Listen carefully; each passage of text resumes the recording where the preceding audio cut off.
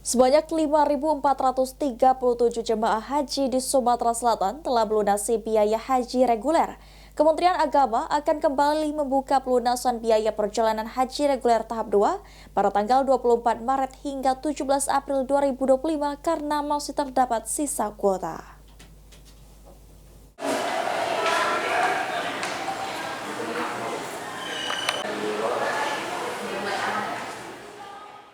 Kementerian Agama akan memperpanjang pelunasan biaya perjalanan ibadah haji reguler 1446 Hijriah atau 2025 bagi para calon jemaah haji reguler yang belum melakukan pelunasan biaya. Ketua Tim Pendaftaran dan Dokumen Haji Reguler Kemenak Sumsel Fikri Setiawan mengatakan, hingga penutupan pelunasan haji tahap pertama pada 14 Maret 2025, ada 5.437 jemaah, sedangkan yang belum melunasi ada 1.511 jemaah.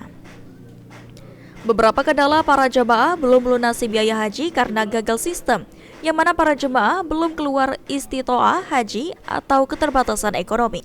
Ditambahkan Fikri, lantaran masih adanya sisa kuota, pemerintah memberikan kesempatan bagi para calon jemaah dengan membuka pelunasan tahap kedua yang akan dibuka pada tanggal 24 Maret hingga 17 April 2025 mendatang.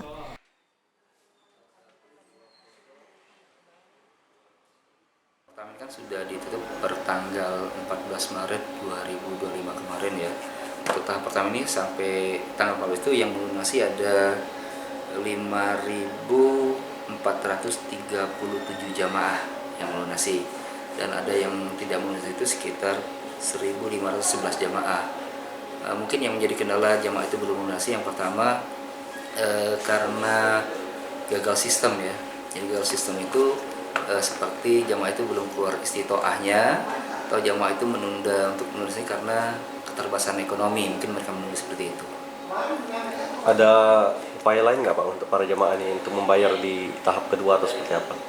Untuk tahap kedua itu pelunasan tahap kedua itu akan dimulai pada tanggal 24 Maret sampai dengan 17 April 2025.